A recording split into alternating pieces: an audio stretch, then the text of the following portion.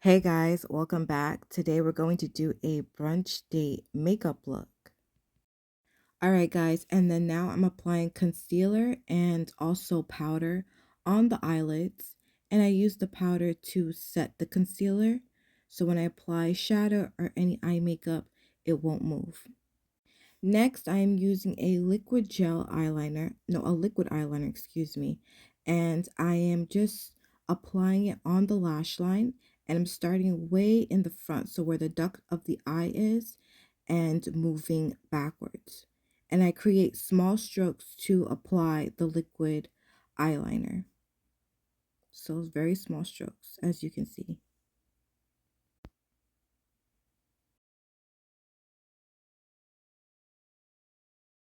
Now I'm going back with that same liquid eyeliner, and I'm applying the liquid still to the lash line, but I'm applying it towards the ending, so the middle to the end.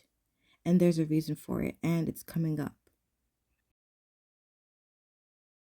And here's why. Now I'm applying the liquid gel eyeliner, and I'm going to create a winged eyeliner. I'm creating the tail of the wing. You see, and I create small strokes. Like I said, that's the only way I can describe it when doing eyeliner. And I'm making the wing go up, so it's a lifted wing. And then I attach the tail to the rest of the eyeliner. Now I'm doing the same thing on the other eye. So as you can see, I'm starting at the end of the eyelid, and I'm creating a tail going upwards and small strokes. Then I will attach the tail to the rest of the eyes, the rest of the lash line. Now I'm going in with a dark gray, and I'm using a smudging brush.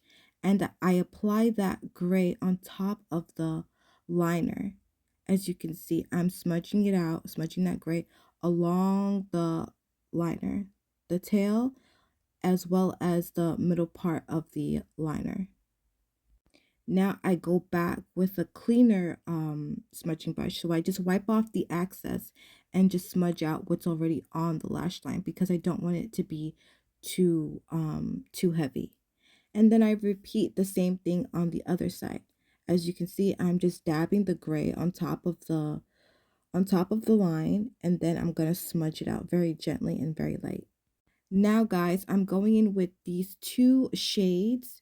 I call them transition shades, but this one is a little bit lighter. So I use this lighter transition shade, and I'm just blending it. So I begin where the beginning of my brow is, and I work my way down. And I'm doing the same thing on the other side. And I'm making sure not to go past like where my brown bow is. I'm making sure not to touch the brown bone this time. Here I'm mixing a champagne and gold sort of highlight together, and I go in with my James Charles palette. I know it looks really busted. I've had it for 10 years, so please excuse the look. And I just apply it to the duct of the eye. So that little socket right there on both sides. Now I'm going in with foundation, and you guys know the drill. I use the foundation brush, a liquid foundation brush. And my foundation, I don't know why, it gives me that kind of grease look. So I go in with a powder, and I reapply the powder on top of the foundation. Then I apply concealer, and I'm applying highlighted concealer inside of the concealers where the eye is and on top of the forehead.